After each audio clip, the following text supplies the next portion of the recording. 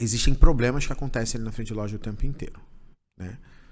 E a gente... a gente falou que o operador de caixa pode quebrar por N motivos, né? Eu já vi o operador de caixa sair algemado de dentro do supermercado. Por quê? Porque passa o produto algumas vezes... Porque aqui tem um leitor, né? Se o código de barra está aqui, eu fizer isso aqui passar, ele não registra. Se eu passar por cima, ele não registra. Se eu passar um pack e registrar uma e não multiplicar, ele não registra. Mas por que ele faz isso?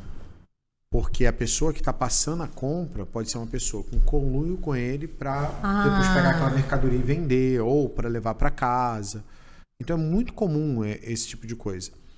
Então, e não estou generalizando não, tá? Tem o setor de frente de loja ali, tem gente muito fantástica. Só que isso é comum de acontecer dentro do supermercado, de ter...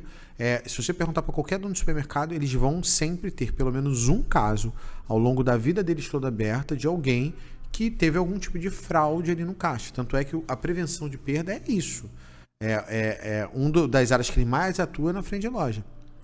E isso quando a pessoa está fazendo de propósito, porque tem erro da pessoa fazer sem querer. A pessoa simplesmente faz sem querer. O cara passa um pack e passa o carrinho. No carrinho tem 2 packs, aí vai embora. E a caixa não olhou. Isso acontece também direto. Tem um monte de vídeo na internet, daqueles saco de carvão que a pessoa tá cheia de negócio dentro do saco de carvão. Tipo, ela abre Outros produtos? Ela abre o saco de carvão, tem um espaço, um vácuo vazio, por exemplo, no saco de carvão. Aí ela coloca um pedaço de picanha, contra filé, dentro, fecha e passa no carrinho aqui. Não, carvão. Aí a menina vai lá, digita o código interno, não bipa o produto, não pega, digita o código de interno, resiste no carvão.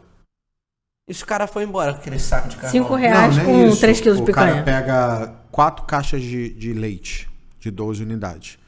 Aí nas de baixo, ele tira as caixas de leite e bota coisas caras ali.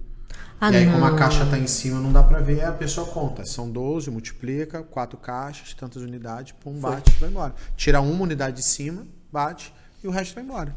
E aí ali no meio tem troço caro, tem desodorante de R$30, R$20, tem uísque, tem um caramba, o nego enfia ali no meio. Isso é comum. Isso é comum. Mas isso, por exemplo, é erro de maldade da caixa. Tá? Isso é uma coisa. Eu comentei antes que existe um outro ponto, que a caixa está em conluio com quem está fazendo. Aí é um furto, né? Tá. Um furto. Diferente dessa pessoa aqui, que ela errou. Porque qual é o procedimento? Vou tirar, tudo bem. O senhor pode botar essas 2 caixas de cima aqui? Porque ela vai ver. Aí ela tira uma e registra tudo. Nunca vi isso acontecer. Porque se ela só olhar aquilo, a pessoa faz no meio mesmo. Então, você tem as pontas da caixa. E aqui no meio você tem outras coisas. Eu posso tirar todas as caixas aqui do meio, colocar as coisas aqui no meio e botar uma caixa por cima, você não vai ver o que tem dentro. Isso. Porque a ponta vai aparecer leite. Mas eu nunca vi nenhuma caixa pedir pra colocar e conferir. Então por isso tem muito furto.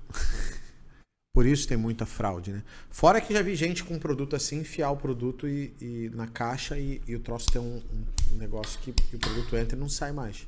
E fica preso assim, aí parece que é uma caixa, não é. O pessoal faz isso demais em loja. Então você tem que ter cuidado ali na hora que... E a operadora de caixa tem que ter maldade. Ela tem que saber, por exemplo, diferenciar um produto do outro. Porque você tem maçã. Parece que maçã é tudo igual. Porém, você tem uma maçã Fuji, uma maçã Gala, uma maçã... parece tudo igual, tem tamanhos diferentes, formatos, tem tipo diferente. Só que a pessoa olhar é tudo maçã. E tem diferença de preço de uma coisa para outra. Então, as pessoas se confundem nisso. Então, ela tem que aprender a olhar, ela tem que conseguir aprender a identificar uma carne, porque senão dá problema.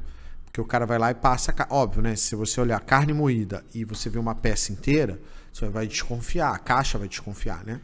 Mas muitas vezes você vai lá... Qual é a diferença de uma peça de picanha para uma peça de A100? Algumas pessoas não sabem. É tudo carne, né? Não é tudo carne? Tem. Como é que você identifica? Você tem que saber olhar e falar assim, não, isso aqui é uma picanha, isso aqui é não sei o quê. Para a caixa conseguir fazer.